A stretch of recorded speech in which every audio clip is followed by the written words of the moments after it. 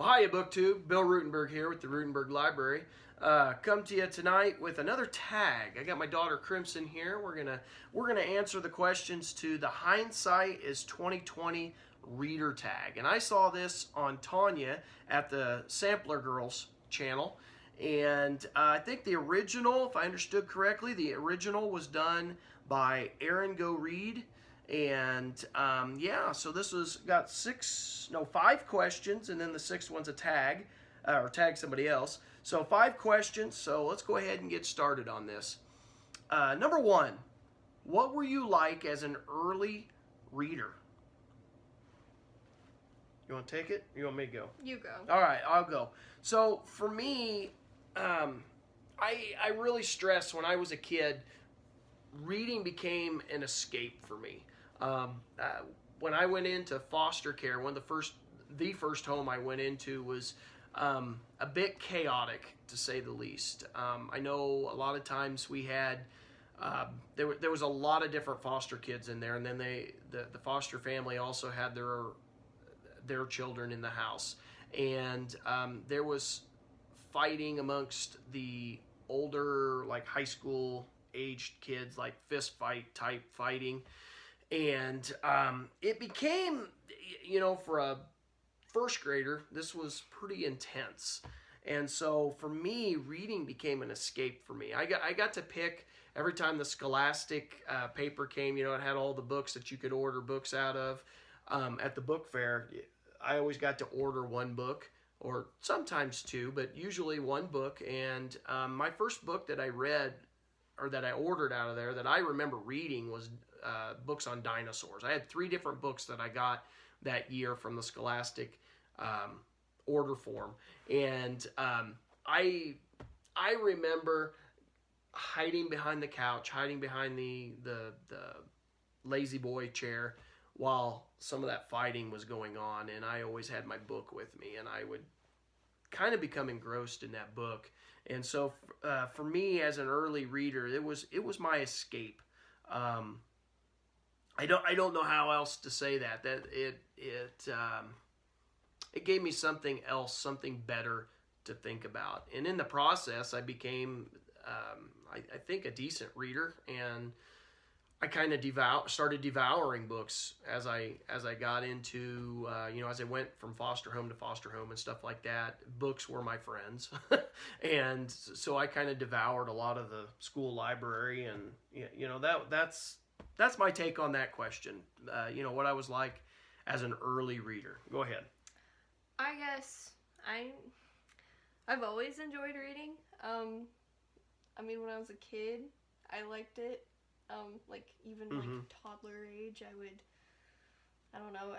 There's like a picture of me in like this book, or no, a toy basket, and I took out all the, We had a milk crate that was in there that we would keep her books or dolls or whatever. There was a couple milk crates that we had, and we've got pictures of her. She would go and throw out all her books, and then she'd sit in the milk crate, and we got pictures of her taking. And I'm not talking like the thick cardboard books. And she's like, it's probably 2 years old, and she's taking the pages. Each individual page, all dainty like. She never tore her books. I don't remember her ever tearing a book. Now my other child, a little bit different story there. She's a little bit rougher on the book. She loves books, but early on she was a little bit rougher on them.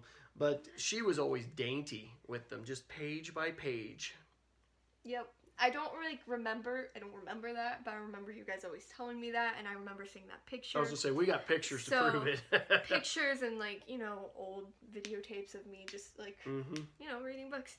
So, I guess I've always liked them, and, I've grown up seeing him read all the time, and that just kind of I've always tried onto I've always tried he's to always instill, encouraged reading. Yeah. So, reading's important. It is important, and he's just passed that down to me, so.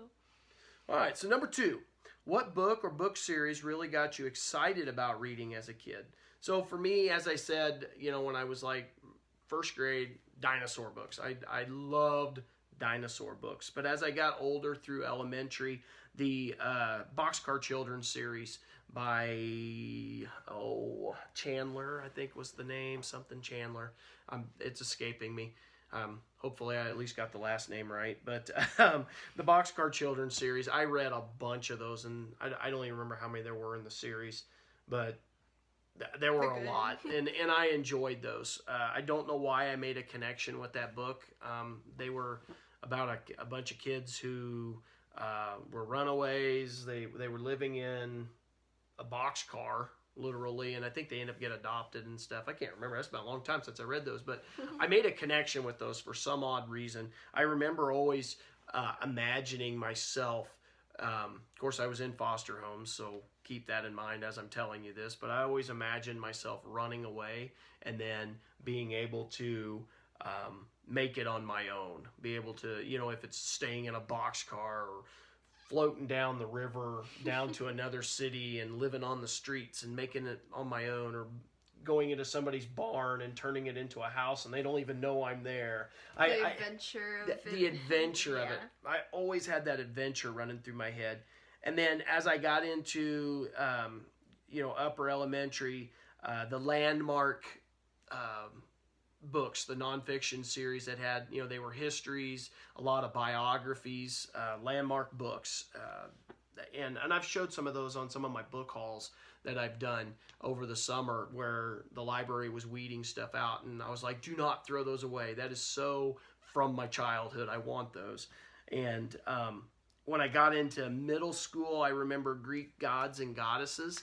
I read all of them in the library. I absolutely loved them, ate them up. Don't know why, but I could tell you pretty much all those stories. Always loved the story of Robinson Crusoe. That was an important one. And that was my reading as a kid. I just remember a lot of those series. Sports biographies when I was in middle school. I think I read all of those in the middle school library. What'd you get? So Dad and I would read together Little House on the Prairie. Mm-hmm. And then so all those books. And then when I was like in kindergarten, I'd say Junie B. Jones. Would that be kindergarten? I think it was a little older than that. Was it? Yeah. I don't know. Okay, early elementary. First or second grade. I thought because you wouldn't be reading in kindergarten. Maybe. Anyway. Junie B. Jones. Junie B. Jones, about this mischievous little girl. And I don't know. I really like those. Older elementary, I got into Goosebumps. Like, I read, like, all of them. Literally. I liked the horror genre in books. Not so much now, but, like, I did. Yeah, she literally read every one of them in the elementary library, and we were going up to We had to go to a different library from we had to go to our city public library, and we started going through those books trying to figure it out. And then we went to an auction and found a box full of... Yeah, which was awesome. Yeah. Sweet Valley High, about, like, these two twins. I remember, like, Mom introduced them to me, so, like, I read through all of those. And then, I didn't introduce those.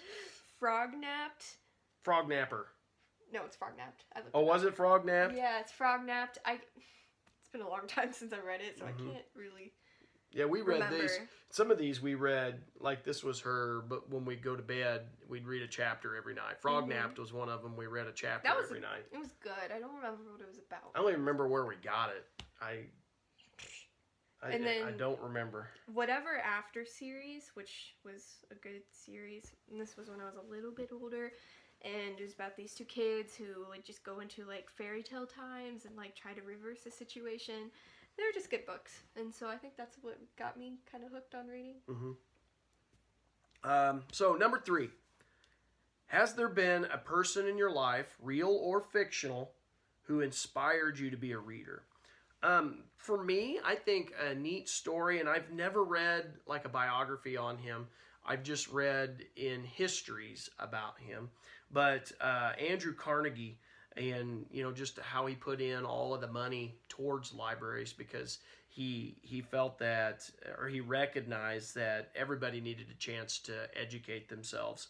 And I really appreciate that. And that, our local library here is a Carnegie library, and I like that idea because it just gives everybody a chance to. It's an equalizer of sorts where anybody can go to the library and get an education, and they don't have to necessarily pay for it.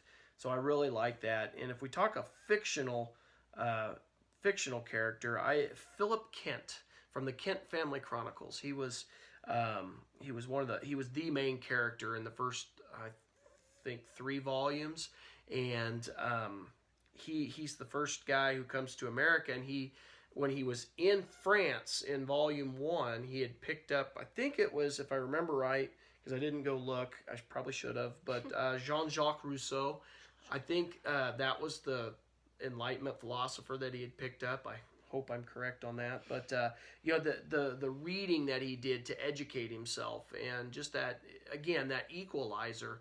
And then when he got to America in the story, he became a book publisher.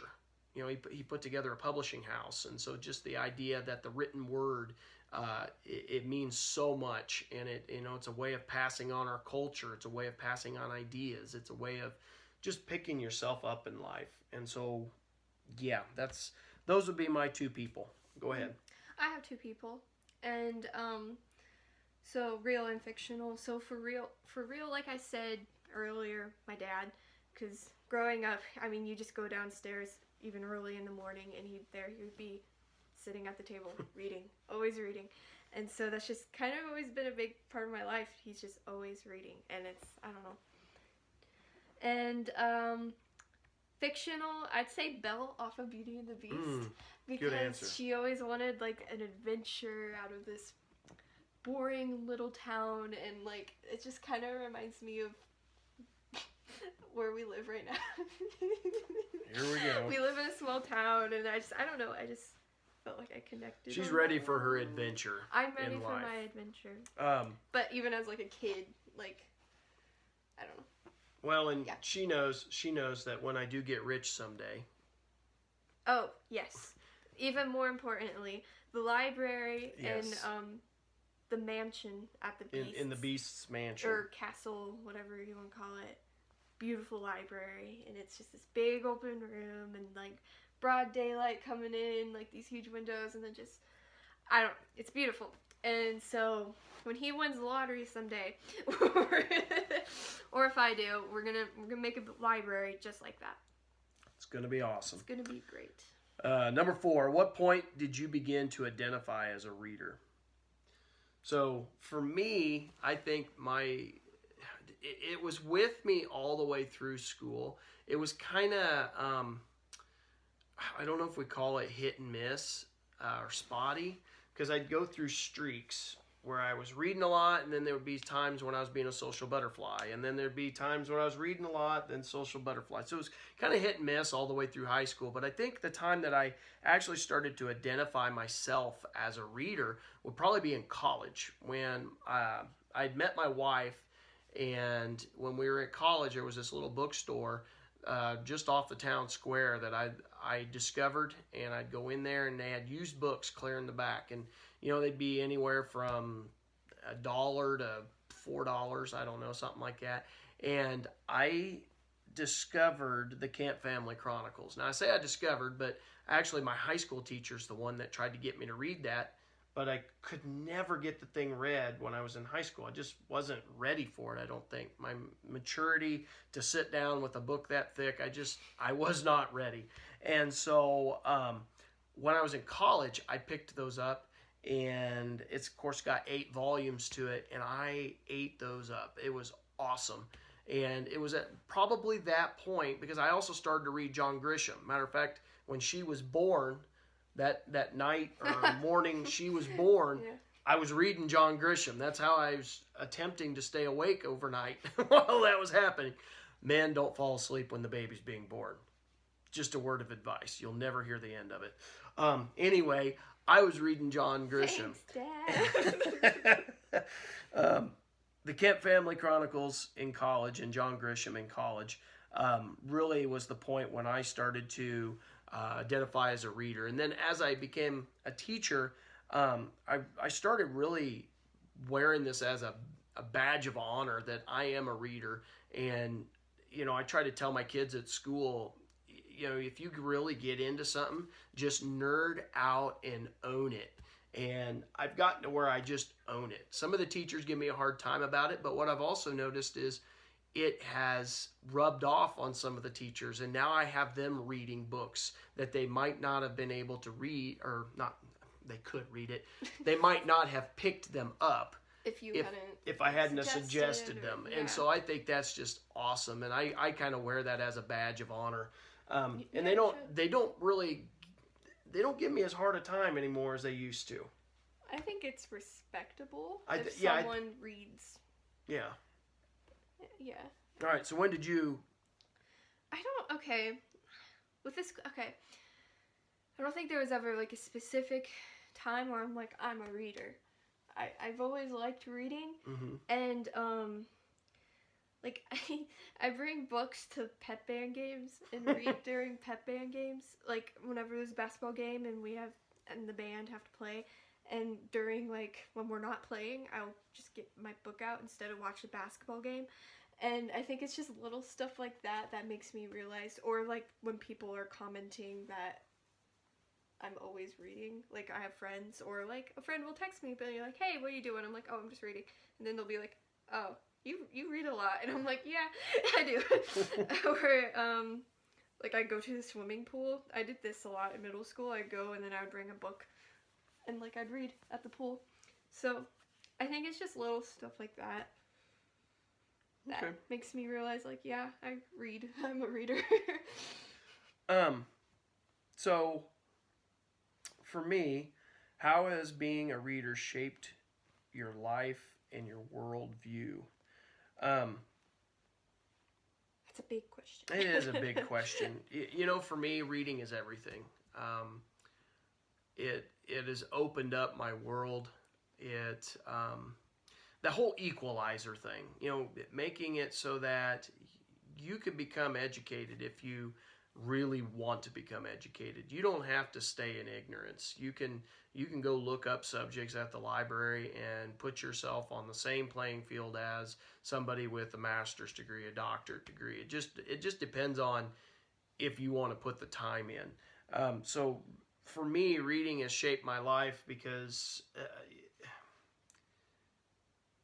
books tend to be my best friends outside of my family members.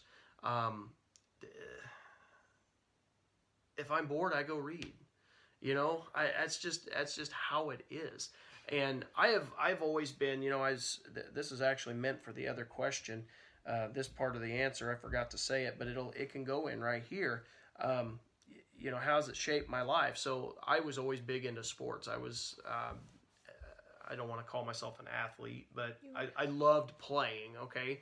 And, it didn't matter, football season, basketball season, baseball season, track season, whatever. I was always doing something.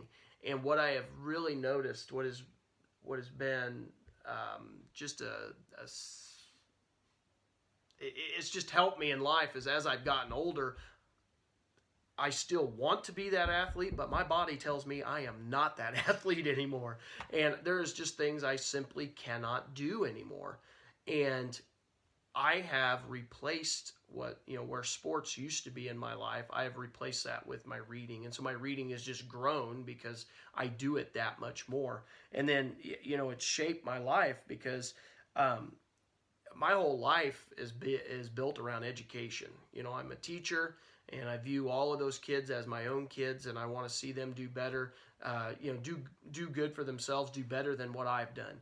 And so all of that is based around reading. The foundation of all education is, reading. It doesn't matter if it's, language arts, where you always are reading, or if it's social studies or math or science, it's all reading. Might be a different form of reading, but it's reading. Further yourself. Yeah. Like, as a person. Yeah. And so for me, I don't really know how to... It's a big question. It's a big question. I mean, just learning how to interpret other people's points of views, and taking information and building new ideas of your own. All of that has just worked in me to help me Gain better your own myself. understanding. Yeah. So I don't know how else to worldview. answer that. That's a big question. That's kind of hard to answer. Yeah, I saw that question, and so I've been kind of trying to just wing these, and then I saw how big that question was, and I did not come up with a good answer, like a well thought out answer. But I guess what you said about education, yeah, just the fact that anyone could really further themselves, their studies, or just themselves as a person. And I also, what I love about reading is gaining perspective. So there are thousands upon thousands of books out there, and written by different types of people, and it's crazy to find like different perspectives of different views, and just gaining your own understanding and like helping you further educate yourself on something specific that you wanted to know, because there's a bunch of perspectives of a certain topic. Well, and it's something, it's something yeah. that we need to do, I think, just in the world today. We need to not only gain our own perspectives, but be able to look at and understand that other people have perspectives. Exactly. And be able to work together and agree to disagree. I keep saying that. I've said that in probably the last 3 videos, but agreeing to disagree. You've got to understand that you've got your ideas, other people have theirs. And it's okay for them to have their own ideas. That's right. It's all valid. And so, anyway, it's kind of like when you're writing a research paper and they make you, if you're a pro on something, they make you research the cons to gain their understanding. I feel like, that's why we need to read, just to gain an understanding of other people. And yeah. So anyway, number 6 was tag someone who's reading history you want to learn more about. So I am going to call a temporary ceasefire for the OGBG. Temporary ceasefire. You guys have been at these book haul wars, launching missiles back and forth, and I'm going to call ceasefire, and I am tagging the entire OGBG. I'm calling you all out. You are all going to be asked to do this tag, because I want to hear your in-depth answers. So, until next time, this has been the Hindsight is 2020 reader tag. And thank you for watching. Like I said, I saw it on Tanya's channel at the Sampler Girl, and it was originally done by Aaron Go Read. I will put the links to their videos down in the description below. I hope you enjoy those videos. Go check out their channels. Awesome channels. As always, thank you for watching, and happy reading.